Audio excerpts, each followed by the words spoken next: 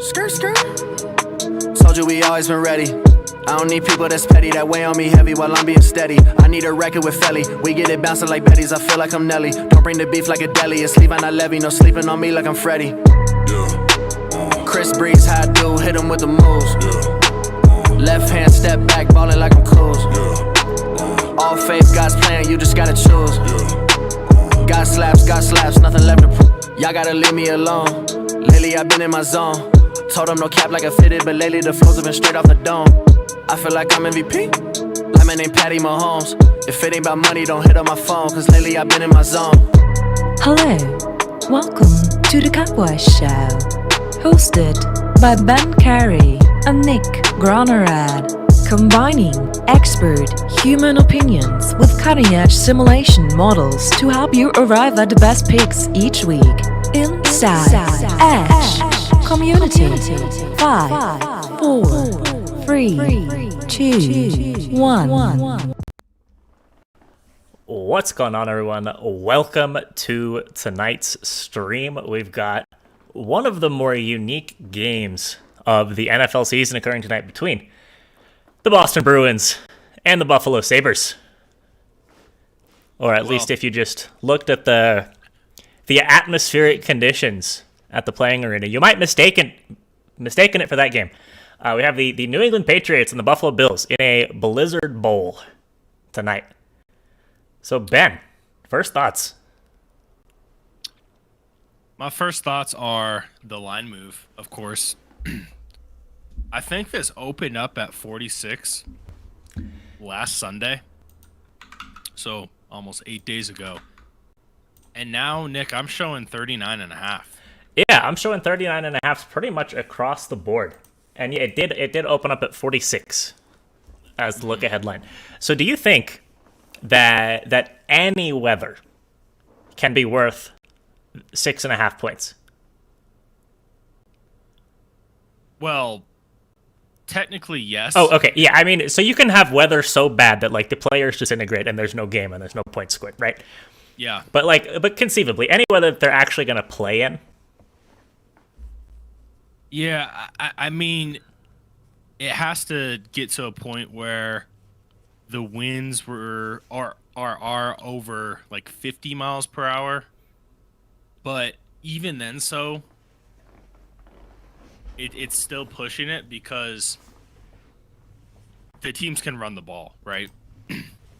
So it makes it difficult because, yeah, almost 7 points of a line move. I think in this scenario, that's too many. Yeah, and I think that I agree, right? So is the weather bad? Yes. Is it horrifically bad? I kind of don't think so. So the wind is strong and it's cold. But I think that by the time the game kicks off, and certainly by the time we get later on into the game, the precipitation is going to be more or less gone. So it's only going to be cold and windy, and still very uncomfortable. But you're not dealing with that extra precipitation factor.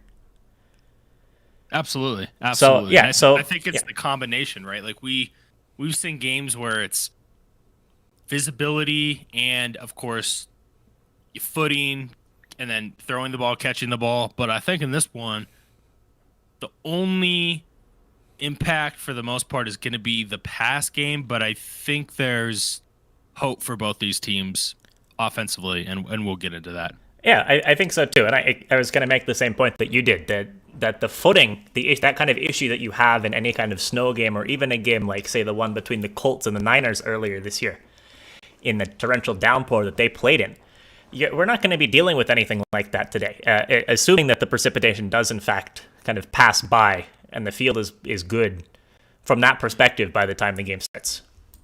Absolutely.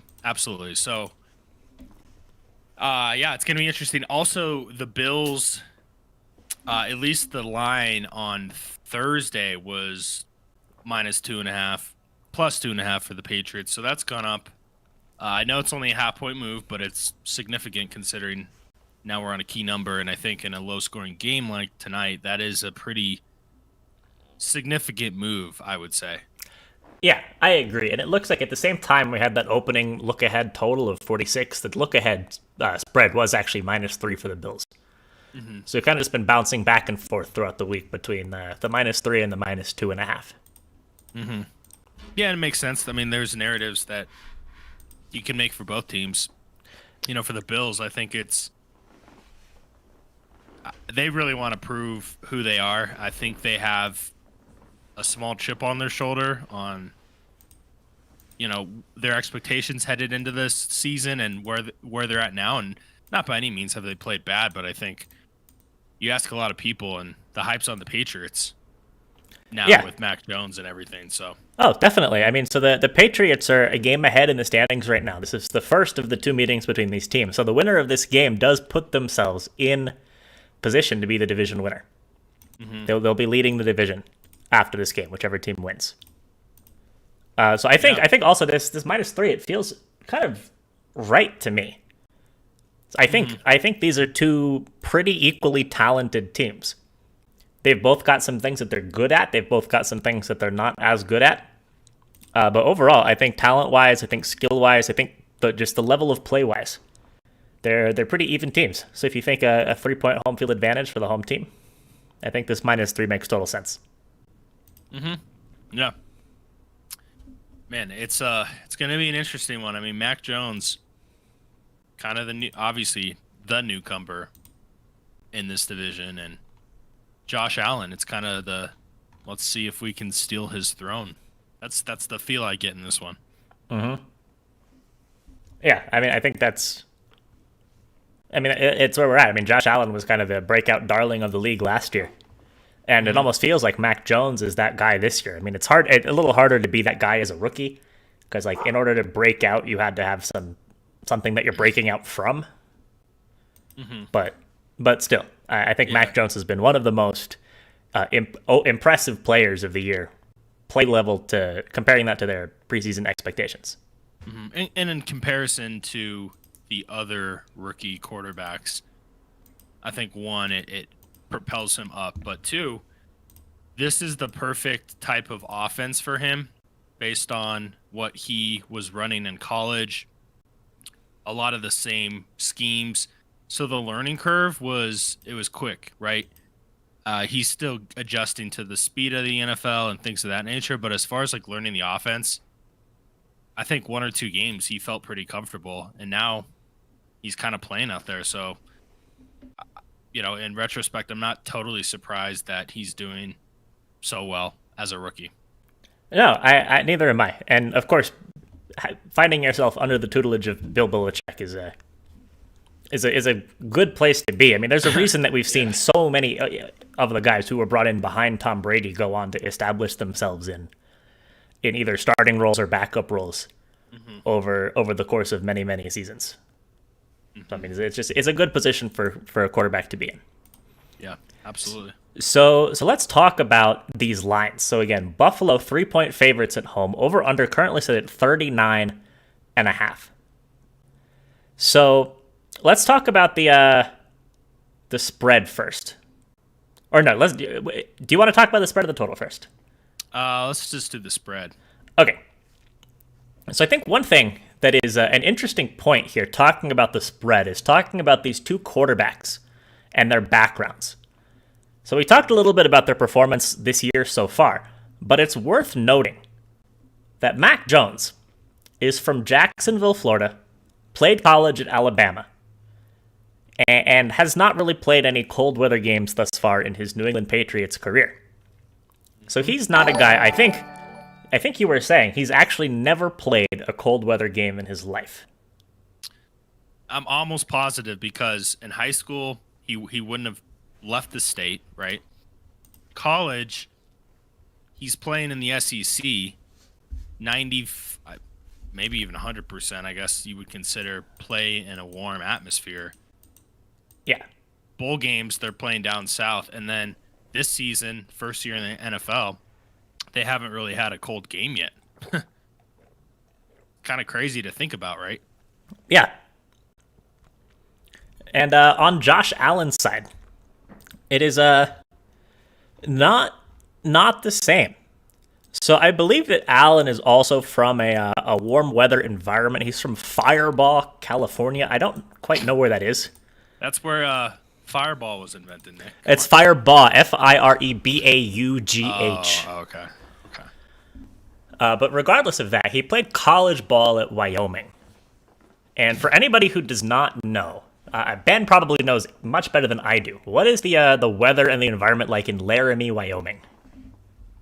Just as you would think. But if I'm somebody who doesn't know anything about it, what do I think? Not good. It's cold, it's windy, it's always windy. Like even if it's 50 degrees and the sun's out, it's windy. So in the wintertime, it's still windy, but it's 30 degrees, snow, and then you have a wind chill of like 15. So there's one game in particular back in 2017. The Cowboys were at home in Laramie. They played Colorado State, and it was pretty much the same conditions, and they won as underdogs in that one. So yeah. Also, I just looked it up. Fireball, California is between LA and San Francisco. It's like Fresno County, so it is a warm weather place. But still, yeah. I mean, the experience playing in Wyoming is definitely more exposure to this kind of environment than Mac Jones has ever had before. Yeah, and throughout the whole season, well, I should say past like October, right? You're playing in Fort Collins, you're playing in Boise, right? Mm-hmm. It's not just one game a year. Like, I'm sure there's 4 or 5 in pretty cold conditions. And the reason why it's so, such a talking point is these are quarterbacks. They have the ball in their hands every play. You know, it's one thing if a wide receiver, we were talking about it, but no, like this is throwing the ball in this weather. It's literally like dipping your hand in cold water and trying to throw a football. So that's how I would try to explain it to someone. So yeah, no, it's not optimal conditions, to say the least. But we don't know how he's going to do because obviously we don't have that data point. But if I were to guess, I don't think he's just going to snap and pick it up like a guy who's played in that condition. So yeah, I'm going to leave that there. Yeah, so the model actually has the Patriots winning this game outright by a little bit over a point. Of course, so the model, while it can take weather factors into account, it can't take any factors into account along the lines of like the quarterbacks and their experience playing in certain extreme weather conditions. So that is an important thing to keep in mind here, and that's why we're emphasizing it so much, because it is a piece of the puzzle that's not directly taken into account in what the model is seeing. But the good news is the Patriots do have a pretty good run game, so he can rely on that for sure. Yeah, that is true. Worth noting, though, that the Bills' run D is quite good as well. So it's not like they have free reign to just run the ball all day. They're gonna have to do a little bit more. They're gonna have to incorporate something in the air, or try to at least have a threat of it. Yeah. Who's the backup for the Patriots? Like backup quarterback? Yeah. Let's see. That's a good question. That'd be funny. If, Brian Hoyer. I'm not trying to stir up a storyline here, but Ben, that's not a storyline. We're not going to just put Brian Hoyer out there. Oh, no. Just, an emergency backup role at halftime. Yeah, emergency backup. He's like Coach. frozen solid on the sideline. Coach, we're not in Alabama anymore. All right, so all of that said, factoring in the weather conditions and the quarterbacks and where they're from and what the model says, do you have a lean on the spread? Yeah, I have to go with the Bills. I think that this is a spot where the Bills, they're welcoming this weather. I think they actually benefit more from this weather, to be completely honest. With Josh Allen, they're at home. The fans are going to be crazy.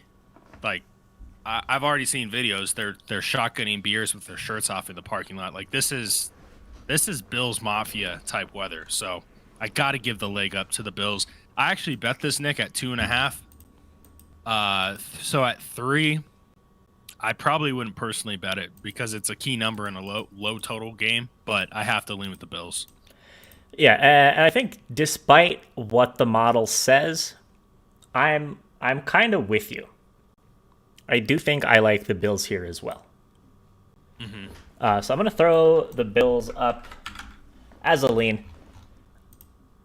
As far as this total is concerned, so we talked a little bit earlier about how it's dropped so many points. Opened the look ahead was at 46, and now we're all the way down at 39.5. So,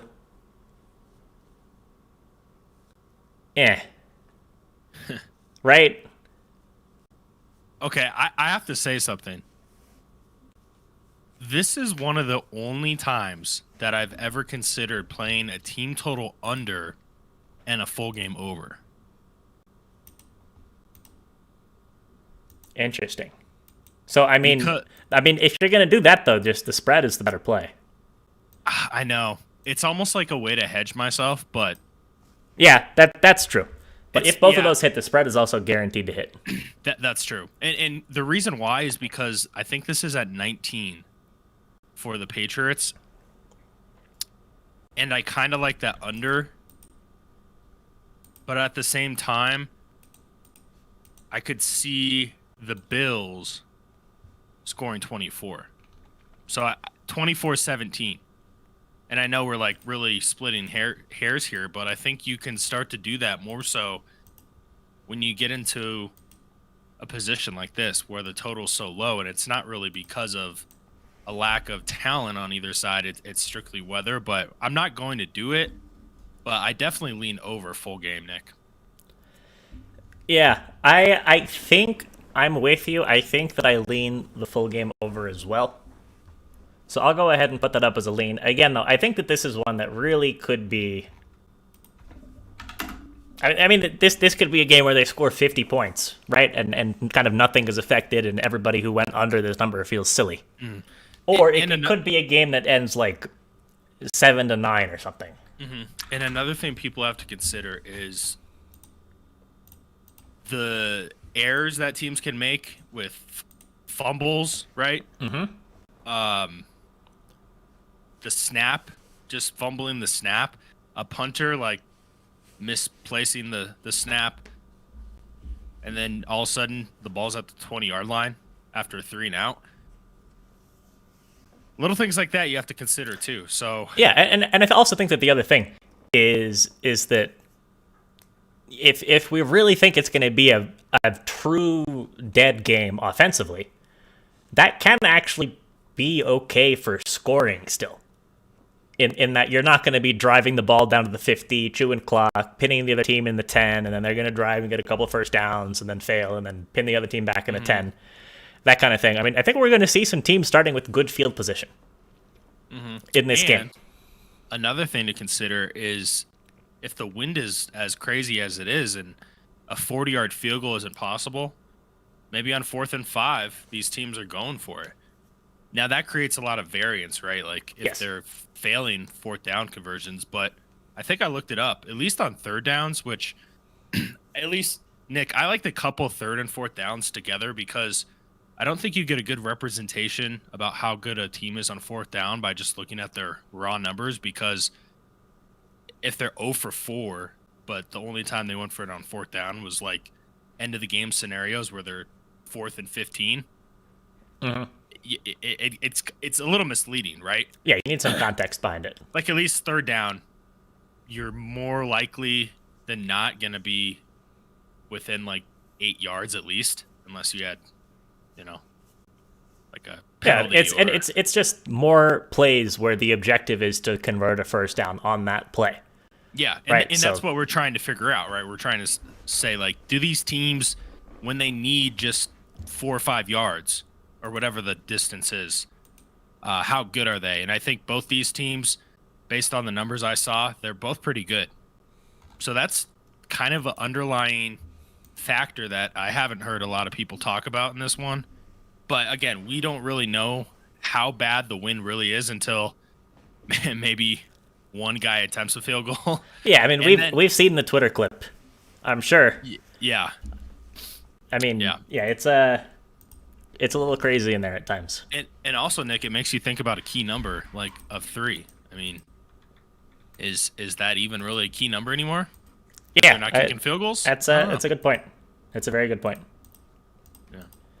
All right, so long story short, we're going to go ahead and go with Buffalo in the over as our leans here on this game. Also, what's up, everyone in the chat? Thank you for checking out the stream. I see we've got Big Jer. Says, you see props for over-under on each team's field goals. Can look into that for a second. I was looking for it earlier, and I couldn't find anything. Because I was really curious, but I wouldn't be surprised if the books just have those taken down for this game. I think I saw it at 2. Yeah, we can do some investigating as we go through the prop market, and also it too, if anyone knows where it is, let us know. And also, Jay Ballin says, as a Titans fan, let's go Bills. Give Tennessee back that number 1 seed. I don't know how close Tennessee's going to be to that number 1 seed. Oh no, you are. You're good. Never mind. Just kidding. Are you thinking like long term?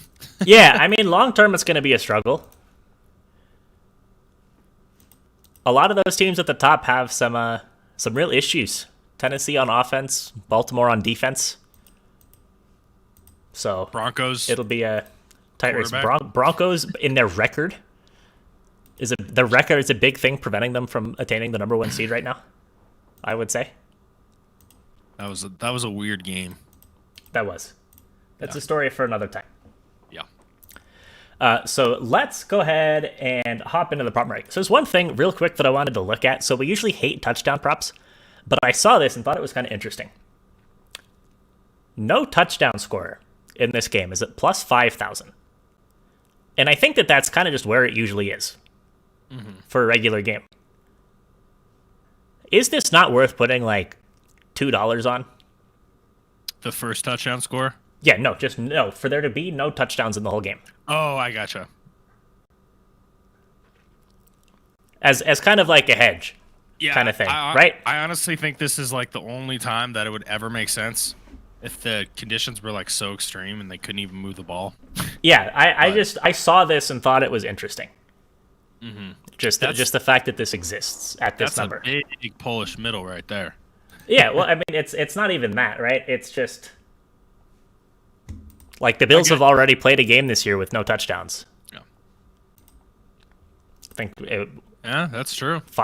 Plus 5,000. I mean, $2 to win $100. Mm-hmm. Yeah, could be worth a splash. This would be the one. Mm-hmm. All right, so on to some more serious props. Quarterbacks. We've got Josh Allen over under 220.5. Mac Jones over under 191.5. Is there one of these guys that you'd like to talk about first? Well, Mac Jones. Yeah, so what's your lean on Mac Jones? Well, first of all, that number is very low. Yes, it is very low. But I would have to lean under. I like the under here a lot. Yeah. And it's not even so much. I mean, it's definitely, the weather is a huge factor. But do you know how many passing yards per game the Bills allow to quarterbacks?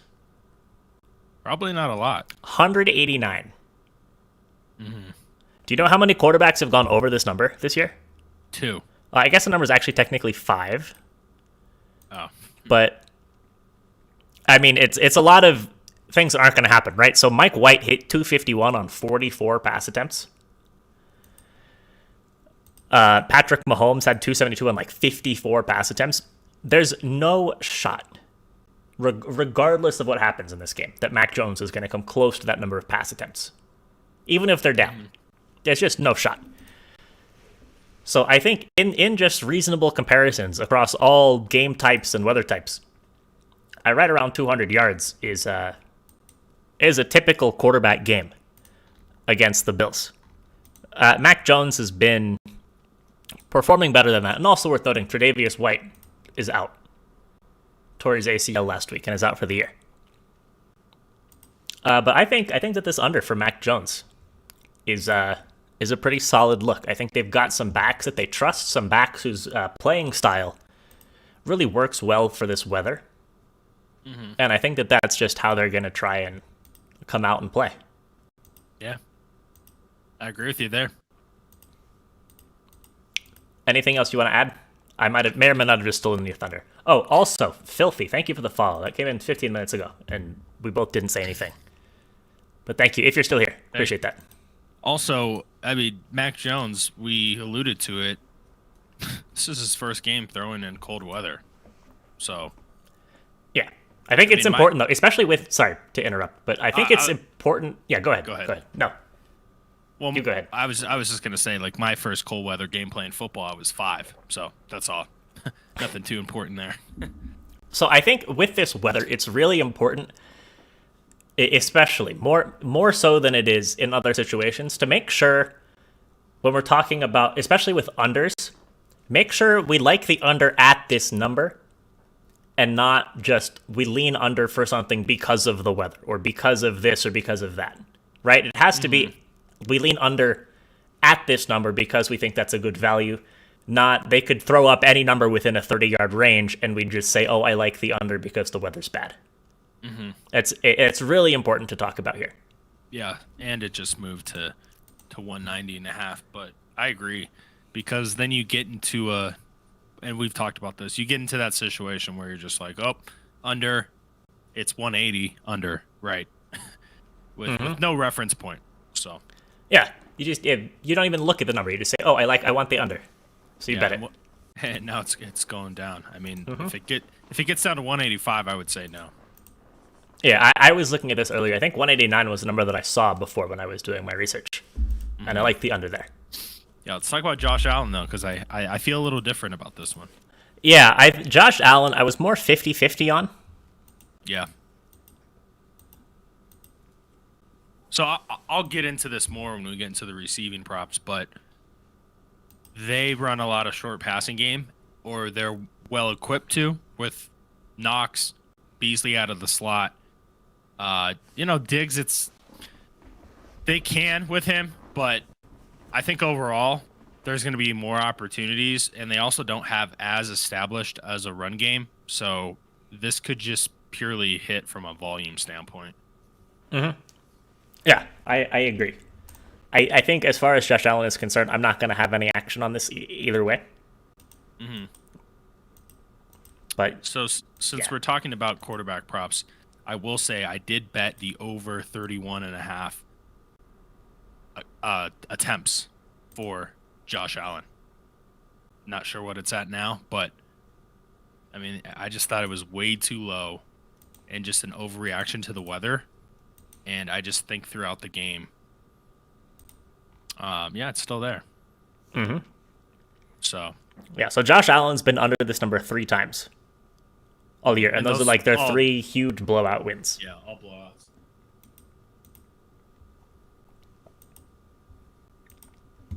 All right, so you're ready to take a look at some rushing props. Yep. Some Russian props. So not so surprisingly, we've got a lot of dudes listed here. I mean, both teams with several running backs that they like to utilize, plus quarterbacks who are not afraid to take off with the ball. Is there a team you want to start with? Let's start with the Patriots. All right, so on the side of the Patriots, we have Damian Harris over under 53.5. We've got Mac Jones over under 5.5, and Ramondre Stevenson over under 46.5. So, these are tough. So my instinct, right, is just to lean over because of the same narrative that we were talking about before with Mac Jones. But at these numbers, I actually don't really like any of them. Me either. They're all inflated. Yeah. And you know what's funny, Nick? I think that if there was like a number that said total rushing yards and you added up the total of the 3 or whatever, it's going to hit. But I also think if you were to play under for Stevenson, Harris, and who's the third? I'm spacing it. I mean, it's really just those 2. Oh, okay. Yeah, I guess there isn't a third, huh? And they've got Bolden and Taylor, who may or may not even be playing tonight. Yeah. But it just seems like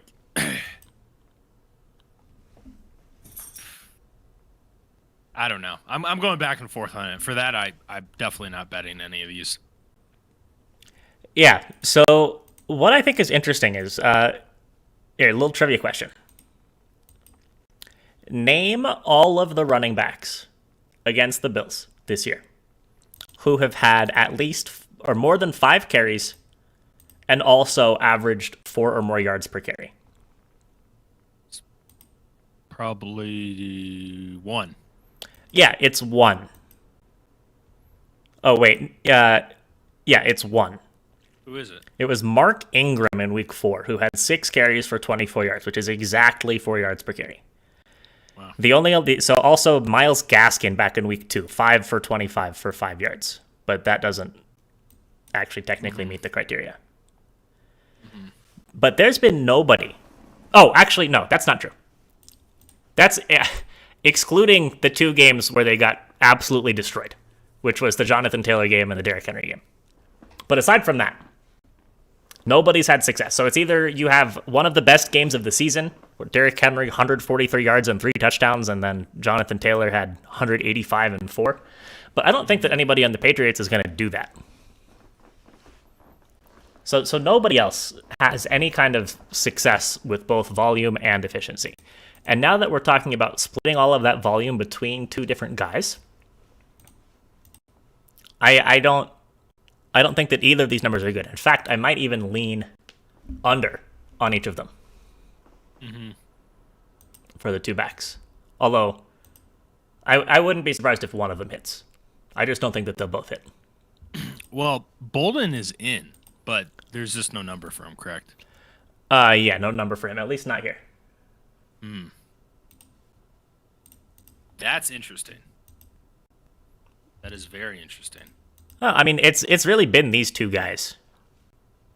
If I had to pick one to take over, it would probably be Ramondre Stevenson. Harris has been getting a couple more carries, but Stevenson's definitely been much more effective with the carries the last couple of weeks. And he's got a lower number. So I would, if I had to take an over, I would take Stevenson. I'd probably lean under more so for Harris than for Stevenson. So Bolden's averaged 35% of this offensive snaps the last few games, but he also is more of a passing down back out of the backfield. So I guess in these conditions, you wouldn't really expect him to have as much of an impact, but he is still a threat. I mean, he had 54 yards receiving. So just kind of curious to see how they use him tonight. Yeah, definitely. I mean, in the last 3 weeks, he's been under that 35% snap mark 3 weeks in a row. I mean, and has had 3 carries, 2 carries, 4 carries. And really actually, oh no, that's catches. 3 catches, 2 catches, 4 catches, yeah. Yeah, so a lot of volume, but then his receiving and his rushing yards are in the wrong spots on Pro Football Reference. Oh. I guess because he just catches the ball more than he runs it. Yeah. But yeah, I mean, Bolden has 1 carry in the last 2 weeks. So he's a non-factor as far as this is concerned. So what about the Bills? We've got a few different guys. Once again, we've got Devin Singletary over under 37.5, Josh Allen over under 40.5, Matt Breida over under 18.5, Zach Moss over under 18.5. So I'll start out with the Patriots run D. It is not as good as the Bills run D is. They're averaging 4.58 yards per carry against on about 22 carries against running backs. But you know where they're very good? Against quarterbacks. On the entire season, the Patriots have allowed 117 rushing yards to quarterbacks. On a per game basis, that's 9 points. That's less than 10 yards per game to quarterbacks. So it's not like they haven't faced rushing quarterbacks. I mean, they had a game against Tua. They had a game against Jameis Winston and Taysom Hill. I mean, and Taysom Hill is actually like a third of the rushing yards they've allowed all year. They had a game against Dak, who will run. They had a game against Herbert, a game against Darnold, a game against Baker Mayfield, a game against Ryan Tannehill. Like, this is a lot of quarterbacks who are capable of running the ball. And it hasn't happened against New England. I'm waiting for the but, though. No, there is no but. Well, there's a but for me. Well, I think, the but is, I feel like this Josh Allen rushing yards over is a spot where everyone wants to take the over, but this number is too high. Yeah, at this number, it's too high. I It's luckily got too it high. at 35.5. Yeah, 35.5. It's a much better number. Yeah, I don't think I'd take an over, though, unless it was at like 30.5. I actually really like this Josh Allen rushing under. I think it's just way too high because everybody wants to say, oh, Josh Allen's going to run the ball because it's cold and because you can't throw it. But like, how is he going to run the ball? There may be some designed runs, but it's like a scramble situation, right? Mm-hmm. If you don't drop back to pass, you don't scramble. Mm-hmm. Those opportunities aren't really going to exist. And it's actually ridiculous that it went up 5.5 yards since I placed the bet at 3 p.m. today. So that was only 2.5 hours ago, and I got it at 35.5 on DraftKings. I'm looking at it right now. Yeah. That's pretty wild. I mean, what percent is that? That's like over a 10% move. Mm-hmm. That's unfortunate. So it is. Yeah, we can shop around, see what this number's at on other books right now. Mm-hmm. Yeah, people definitely saw that video and they're like, "Well, he's gonna be running a lot." Yeah, I mean, so I was making the point that I made earlier specifically to talk about this number, about make sure we actually like our lean at a number as opposed to just saying I like the over or the under without even looking at what the number is first. Mm-hmm. Yeah. But yeah, I'm showing 40.5 on all the different books, really. That's wild. Yeah, and it's just the Patriots are excellent at preventing quarterbacks from running against them for whatever reason. I don't know what it is, but there's definitely schematic things that teams do and don't do that just allow themselves to be more and less susceptible to different types of plays. And quarterbacks running is one of those things. I think the biggest thing is the contain and QB spies, but at the same time, though, Nick, I will say Josh Allen is going to look to run more than any other quarterback they've faced this year. Yeah, I mean, that's true.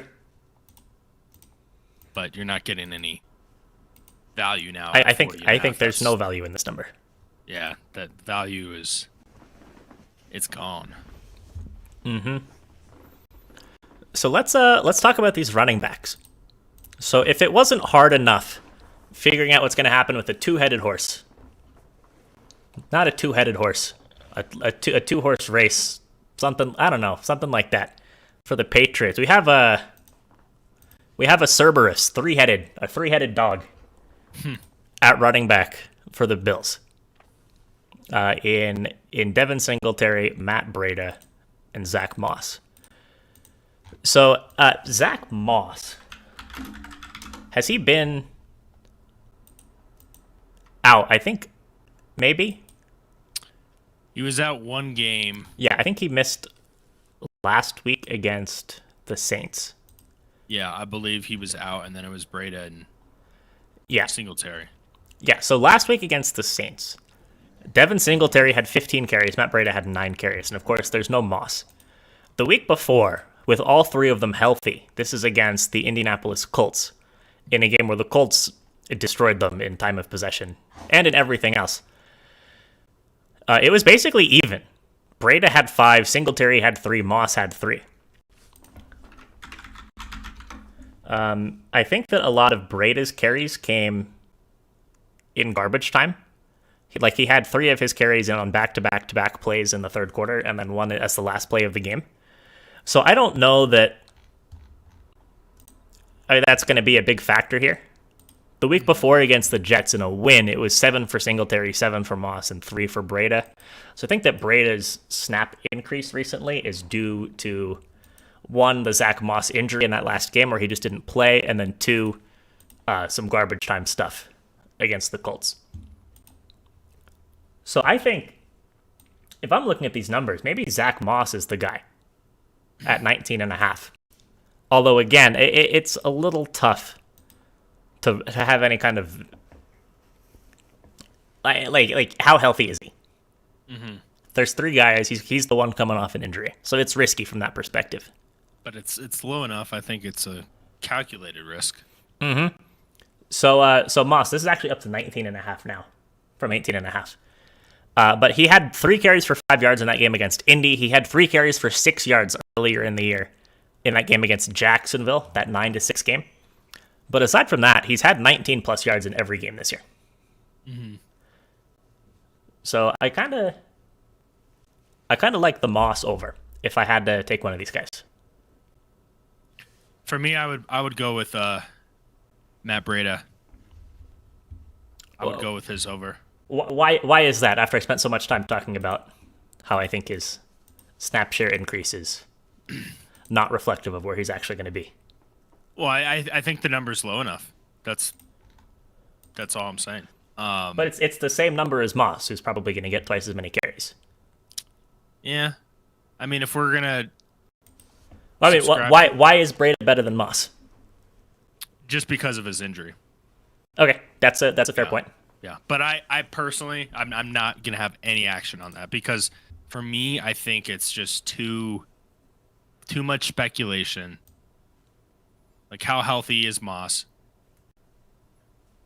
That's just my 2 cents there. So, all right. So let's move on to some receiving props. Is there a team that you'd like to start with on this side? let's start with the Pats to get it out of the way. All right.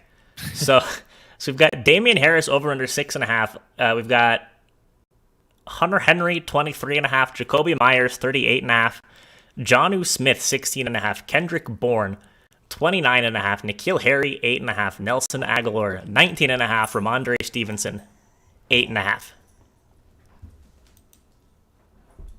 Unders on all the Pats receivers. You know, Ben, I was gonna say the same thing. I'm only half kidding, but I think you're. Oh, I'm not kidding. 0% kidding. Yeah.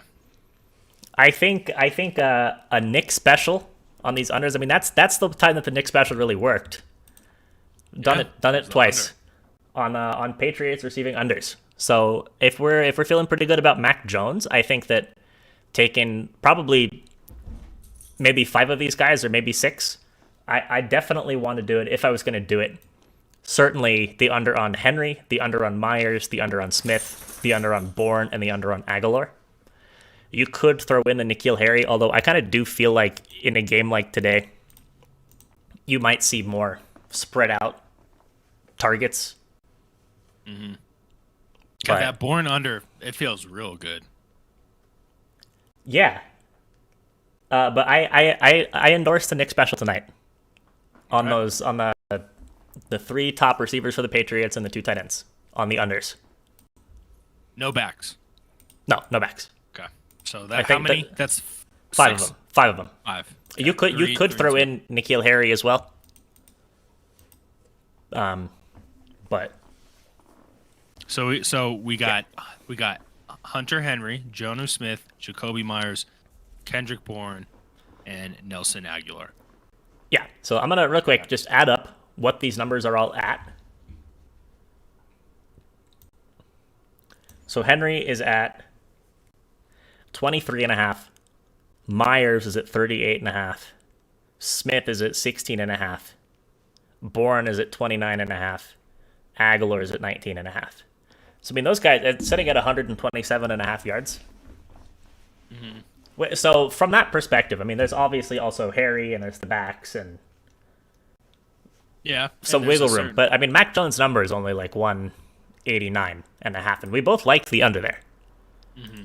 So I think we're in a situation where maybe 1 or 2 of these guys go over, but 3 of them don't.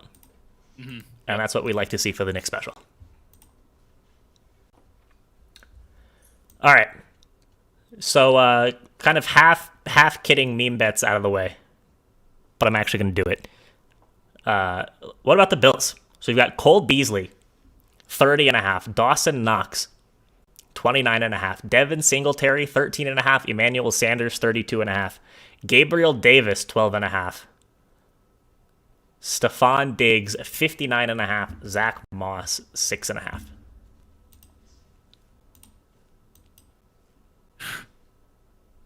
Man, the Diggs one is interesting because obviously it's low from where he's typically at. But then,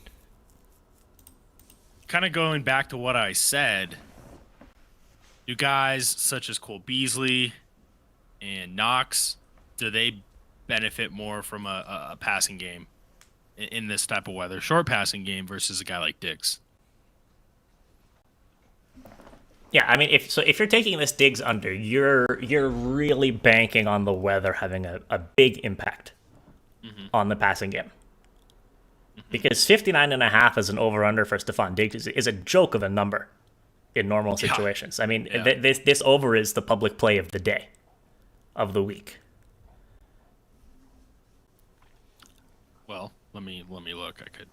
Well, I was saying if there wasn't the weather, then that would be happening. Yeah. I have no idea what it is right now because I don't care about that kind of stuff. But I mean, in a normal week, Stephon Diggs over 59.5 is a steal. Yeah, it's He's gone under the number twice this year. He had 23 on 4 catches against Indy in that game where they didn't have the ball at all because Jonathan Taylor wrecking balled them. And he had 5 catches for 40 yards against Miami in their win back in week 8. But aside from that, he's gone over this number every game. So from that perspective, I mean, the over has to be the look, but weather. Yeah. But at the same time, can we look at his receptions real quick? Because that might be the move. His over on receptions. Yeah. So 4.5 minus 125 for the over. I like that over. Yeah, I think that's an interesting look because they'll put him in. They'll do quick passes to him. You want to get the ball into your best player's hands. Yeah, you got to get Diggs the ball. I don't care what his average yards per route is. They're going to develop something for him, and they knew this going in. It's not like they woke up and were like, "Oh my God, there's weather." It's snowing. It's snowing. Coach, what do we do? I don't know. Ask Josh Allen. He played in Wyoming. So I think they're going to be ready for this. They're not going to be caught off guard. They're going to have a game plan. Back to the yards, though. Knox or Beasley, one of those two. There's some value on one of those guys. I just don't know which one it is. Yeah, it could also be a situation where you play both of the overs.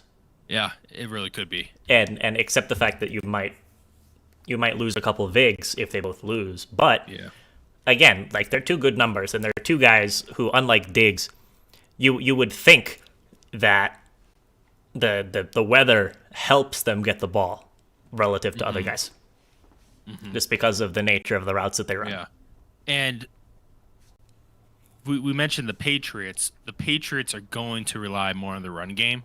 I don't think the Bills necessarily will do that unless they really have to. Like, they're going to still pass the ball unless it gets to a point where you can't even complete a 5-yard pass, right?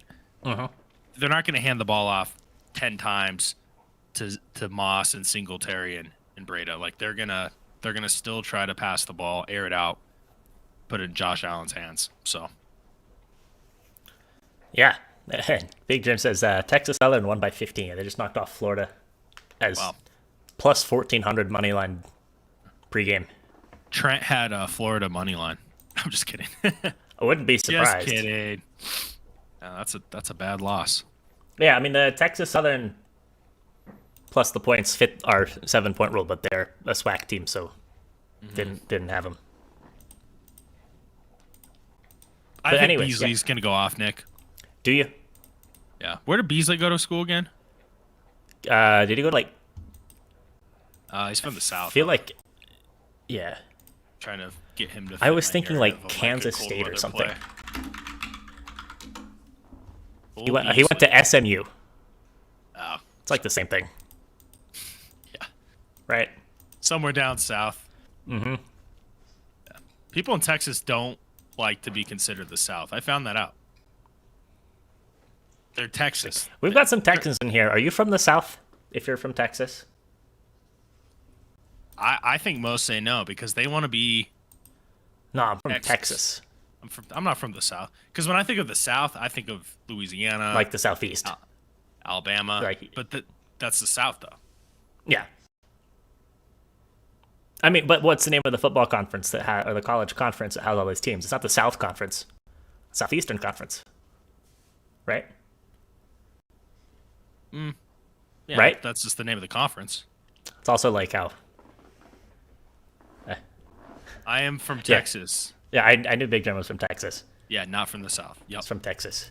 Yeah. Find me one person born and raised in Texas who says they're from the South. Yeah, it's like Ben. You're from the Pacific, right? Or no, what, dude? Or That's another even thing. the West. West Coast. Colorado is not West Coast. No, it's not. Yep, that's another one. All right. So do you want to go through our favorite picks for today's game? Yep. Pull the not receptions, attempts for Josh Allen back up. Just want to see what it's at currently. All right. I had a feeling this is where you were going. Yeah, I think it's it's pretty good 31 and a low half. hanging. Yeah, pretty good low hanging fruit. What is it? Plus money. Plus 100 on the over. Nice. Okay. Yeah, I'm gonna go Josh Allen over 31 and a half passing attempts at plus 100. Nick, Josh Allen, he was making love in this weather in college. Like, this is nothing to him. Yeah, I saw your little. I watched your TikTok, and that message popped up for the last frame or whatever. I was curious how many people saw that, but I noticed. yeah. And this is a true story. He knew his girlfriend in college. Like, it's historically factually correct. Fictitious. How does it go? It's historical fiction. That's what? That he could have been in a situation where he made love with his girlfriend. Oh, it's like a hypothetical. Yeah. Like, I didn't actually see it, but You're just writing Josh Allen fan fiction. yeah, at this point. it's quite possible. And I know how those Wyoming people are, man.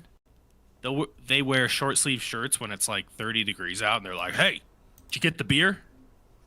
They're like, "Dude, it's like 30 degrees out, man. You don't have a shirt on." So, anyways, Hey, we're gonna see some shirtless people out in Buffalo today as well. That's for sure. dude, there's gonna be people getting frostbite, man. Mm-hmm. Crazy. Yeah, so I'm as much as I like the Nick special tonight, I'm just gonna take the Mac Jones passing yards under 190 and a half as my favorite play for today's game. I just think that this is kind of right in line with what the Bills typically allow anyways, plus this being Mac Jones' first time playing in this kind of weather. I think that there's going to be some learning curve for him, plus some extra reliance on the run game for the Patriots. So I like this Mac Jones under 190 and a half passing yards. I like it. Pretty boy from the South, man. It's a different world up in Buffalo. Mm-hmm. Yeah, Mac Jones is from Jacksonville. That is the South. That is Indisputably definitely the South. Yep, I'm not from the South. I'm from Florida. from Florida. All right. Yeah, so that wraps up the stream. Thank you all for joining us. As always, we got plenty of time to go get some bets in. I'm going to go do that right now. Thanks for tuning in. Good luck with the bets. Enjoy watching the game, and we will see you all on Thursday. Yep, good luck, guys. See ya. Yep, see ya.